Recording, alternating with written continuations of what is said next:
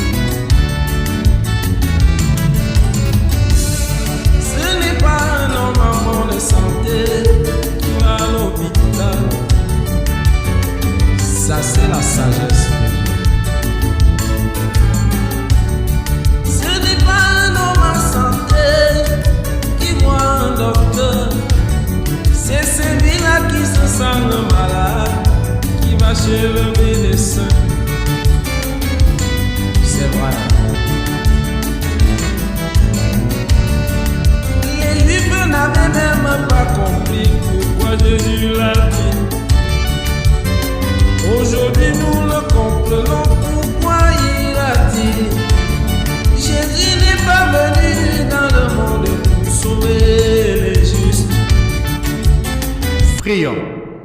Dieu riche en miséricorde, tu as appelé le Saint-Pape Jean-Paul II à guider ton Église répandue dans le monde entier, fort de son enseignement. Accorde-nous d'ouvrir nos cœurs avec confiance à la grâce salvifique du Christ, unique rédempteur de l'homme, lui qui règne avec toi et le Saint-Esprit, maintenant et pour des siècles et des siècles.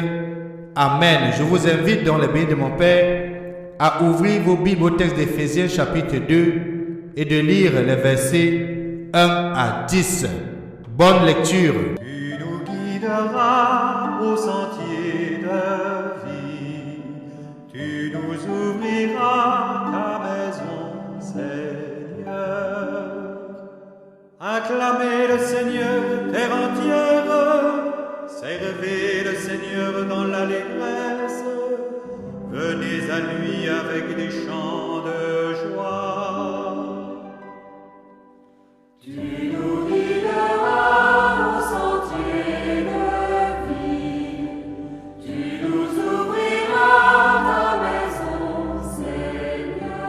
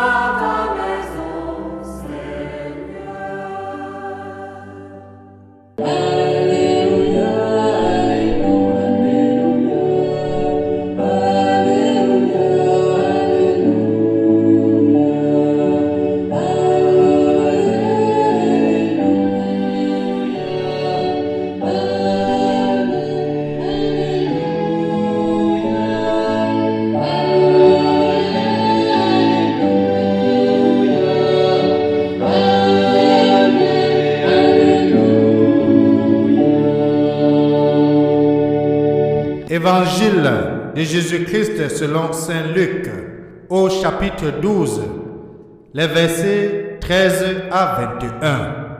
En ce temps-là, du milieu de la foule, quelqu'un demanda à Jésus, « Maître, dis à mon frère de partager avec moi notre héritage. » Jésus lui répondit, « Homme, qui donc m'a établi pour être votre juge ou l'arbitre de vos partages ?»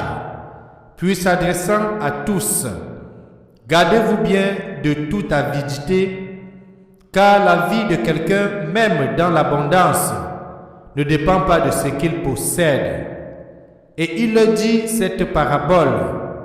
Il y avait un homme riche dont le domaine avait bien rapporté. Il se demandait, que vais-je faire, car je n'ai pas de place pour mettre ma récolte. Puis il se dit, voici ce que je vais faire. Je vais démolir mes greniers, j'en construirai de plus grands et j'y mettrai tout mon blé et tous mes biens.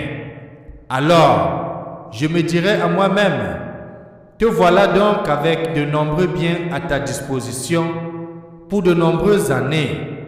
Repose-toi, mange, bois, jouis de l'existence. Mais Dieu lui dit, tu es fou. Cette nuit même, on va te redemander ta vie. Est-ce que tu auras accumulé qu'il aura, et ce que tu auras accumulé qu'il aura? Voilà ce qui arrive à celui qui amasse pour lui-même, au lieu d'être riche en vue de Dieu. Acclamons la parole de Dieu. Louange à toi, Seigneur Jésus-Christ. Ce que tu auras accumulé, qui l'aura? Le bien de mon Père. C'est une question que notre Seigneur Jésus-Christ pose aujourd'hui à travers cette parabole qu'il raconte. En d'autres termes, le Seigneur veut reprendre ce que Job a l'habitude de dire. Nul tu es sorti du ventre de ta mère, nul tu retourneras dans le ventre de la terre. Et ce que quelqu'un dirait vanité de vanité, tout est vanité. Oui, les bien de mon Père, nous sommes des fous. Nous sommes des fous parce que nous passons tout le temps à penser à nous-mêmes, à penser à nos biens, à penser comment accumuler ci et ça, à faire des projets à long terme. Et pourtant, la première chose que nous devons savoir, c'est que la vie ne nous appartient pas. Le temps ne nous appartient pas. Le temps, c'est le second nom de Dieu. Dieu est maître de toutes choses. Dieu est maître du temps. Et c'est pour ça qu'on peut mieux comprendre comment Jésus-Christ dit, tu es fou, cette nuit même, on va te demander ta vie. Oui, nous sommes des fous parce qu'à chaque instant, Dieu peut reprendre le souffle de vie qu'il a mis en nous. L'essentiel est bien de mon Père. Ce n'est pas d'accumuler ce qui sera périssable. Ce n'est pas d'avoir peur de ceux qui vont tuer le corps. Ce n'est pas le bien de mon Père d'amasser ci et ça et là. Mais surtout, l'essentiel, c'est de nous tourner résolument vers notre Seigneur Jésus-Christ. Oui, c'est vrai. C'est vrai que nous avons besoin de quelques investissements pour agrémenter notre vie. Oui, nous avons besoin d'avoir des biens matériels puisqu'ils vont nous aider à mieux gérer notre vie, peut-être même à prendre soin de notre famille, puisque c'est aussi notre responsabilité. Mais accumuler pour accumuler, est-il sérieux et sage?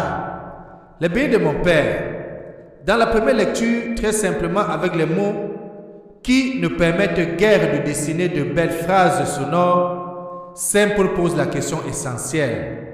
À quoi sert la vie? Pour lui, la vie est donnée comme le lieu et le temps de la rencontre de Dieu. L'occasion unique de nouer avec Dieu une amitié fidèle qui rende capable de communier à l'éternelle vie de Dieu. Mais on peut se fausser l'usage de sa vie à un point tel qu'elle ne puisse accomplir sa fonction. Si elle est remplie de ces œuvres qui contredisent l'intention et la volonté de Dieu, œuvres inspirées par des tendances égoïstes de la chair, les caprices de la chair et les fantaisies de nos raisonnements, la vie n'est plus apte à favoriser la rencontre et surtout à favoriser l'amitié de Dieu. Soumise donc au principe du mal et au prince du mal, la vie est loin de Dieu, allant échouer même dans la mort. Il faut le dire, les bénis de mon Père. Cette situation paraît si grave à Saint Paul dans la première lecture, qu'il ne peut lui trouver aucun remède, ni aucune voie de recours. Mais Dieu est riche en miséricorde, et à cause du grand amour qu'il a et qu'il porte à notre égard, il vient sauver cette vie. Il vient l'arracher à sa perte définitive. Il vient lui redonner, à cause de Jésus, son Fils et le Christ, de redevenir lieu de rencontre et d'amitié avec lui. En ce geste, il faut dire, il ne s'agit nullement d'un sauvetage en catastrophe, mais d'un renouvellement si profond, si radical opéré par la grâce de Dieu, que Saint Paul n'hésite pas à le qualifier de résurrection. Oui, Dieu nous sauve par sa grâce. Dieu ne nous sauve pas par nos efforts humains, parce que nos efforts sont assez limités. Nos efforts ne peuvent pas nous racheter. Nous sommes des êtres imparfaits. La vie de l'homme échappe alors à son assujettissement à la mort définitive, qui est, il faut le dire bien de mon Père, la rupture avec Dieu. Donner une nouvelle foi par Dieu et devient par le Christ Jésus le don de l'homme à Dieu en ces actes vraiment bons, conformes à la voie que Dieu a tracée pour nous et que chacun de nous devons suivre. Suivre Jésus-Christ en tout temps et en toutes circonstances. Et que Dieu Tout-Puissant, Dieu de bonté et d'amour, nous bénisse et nous garde au cours de cette journée, lui qui est Père, Fils et Saint-Esprit. Amen. Bonne journée. Louez Dieu, tout le peuple.